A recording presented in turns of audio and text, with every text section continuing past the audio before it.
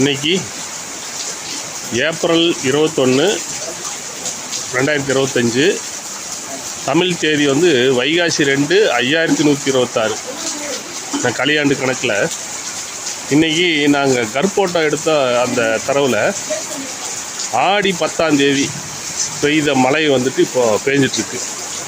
அதாவது கற்போட்டத்தில் ஆடி 9, 10 2 நாள் தொடர்ந்து இங்கே மழை இருந்துகிட்டே இருந்தது. இந்த அப்போ ஒரு நாளைக்கு 10 நாள் கணக்கு வீதம் இப்போ 20 நாளில் தொடர்ந்து ஒரு நாள் விட்டு ஒரு நாள் நல்ல மழை பெஞ்சிட்ருக்கு. இன்றைக்கி நல்ல மழை. கற்போட்ட கணக்குகளில் இப்போ ஓரளவுக்கு எப்படி பண்ணணுங்கிற அந்த துல்லியம் வந்துகிட்டே இருக்குது. ஏன்னா இப்போது ஆடி மாதம் எடுத்த கணக்கு தான் இப்போது மழையாக பேஞ்சிட்ருக்கு. போன வருஷம் ஆடி மாதம் நாங்கள் 4ஆம் தேதி 5ஆம் தேதி ஆரம்பிக்குன்னு நினச்சோம். ஆனால் 1ஆம் தேதி ஆரம்பிச்சிருக்கு. ஆடி 1லேருந்து 18 வரைக்கும் தொடர்ந்து 18 நாள் கற்போட்ட கணக்குகளை பார்த்துருக்கணும். நம்ம ஆடி 4ஆம் தேதி பார்த்தது தான் இப்போ அந்த இது தப்பு.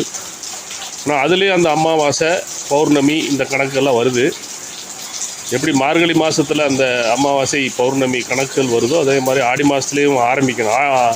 அதாவது இந்த ஆடி மாதம் முதல்ல வர பௌர்ணமியோ இல்லாட்டி அமாவாசையோ அதில் தான் ஆரம்பித்து 18 நாள் தொடர்ந்து பார்க்கணும்.